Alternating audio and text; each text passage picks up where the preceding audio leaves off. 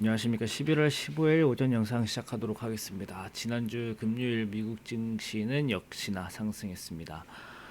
미국 증시 요즘 뭐 계속 좋아 보이긴 했었으나 지난주 주간 흐름으로 보면은 지난주에도 뭐 미국 증시가 막 되게 좋았던 건 아닙니다. 보합 정도로 이제 마감이 좀 되었고요.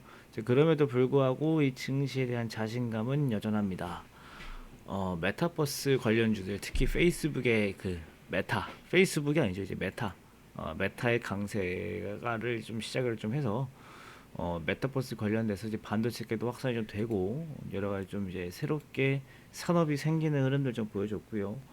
여행주들이 좀 부진했습니다만은 경기 민감주들은 또 강세를 보였으면서 3대 지수가 모두 상승했습니다. 일단 미국 증시는 뭐 특별한 뉴스는 없습니다. 일단 투자 심리 자체가 일단 강하고요. 또 최근 들어서 이 메타버스 관련주들이나 올라오는 것이 또 미국 증시에 새로운 또 바람을 좀 불러오고 있다는 거 보시면 좋을 것 같습니다. 일단 뭐 다 중간에 다시 한번 말씀드리면은 지난주에 시황이 특별한 건 없습니다. 이번 주 좀 중요한 것들이 좀 있어요. 이제 우리 증시 이번 주 본다라고 하면은 뭐 지난주에는 뭐 여러 가지 이유 때문에 뭐 안 좋다 치지만은 그냥 우리나라가 안 좋았습니다. 제가 뭐 이유를 특히 좀 써야 될 것 같아 썼지만은 명확한 이유는 없고 우리나라 증시는 최근 들어서 좀 이유 없이 약한 흐름들 좀 보여지고 있고요. 다만 지난주 코스닥이 0.7% 올라왔거든요. 이 메타버스랑 NFT 관련주들에서 게임주들이 좋았던 게 가장 큰 영향이다라고 보시면 좋을 것 같고 이번 주에 또 중요한 뉴스들이 많은 것만큼 이제 그에 따라서 우리나라 코스피 지수가 3,000포인트 다시 올라올지 이것을 좀 봐야 될 것 같습니다.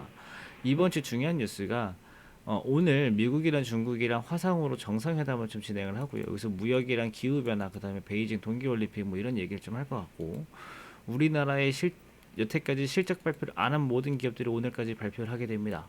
그래서 혹시 오늘 저녁 6시까지 실적 발표를 안 하는 기업들은 문제가 좀 될 수가 있어요. 근데 대부분 할 겁니다. 대부분 할 거예요.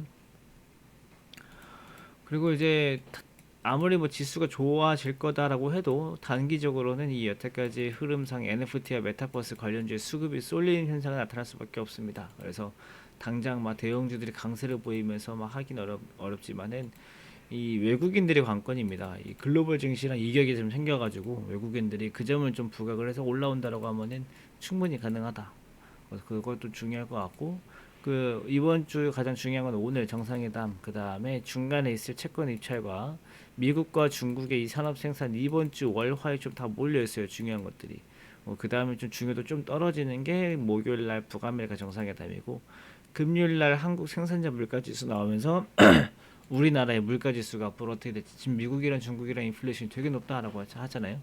금리 우리나라의 물가 소비자 물가보다 생산자 물가가 더 중요합니다.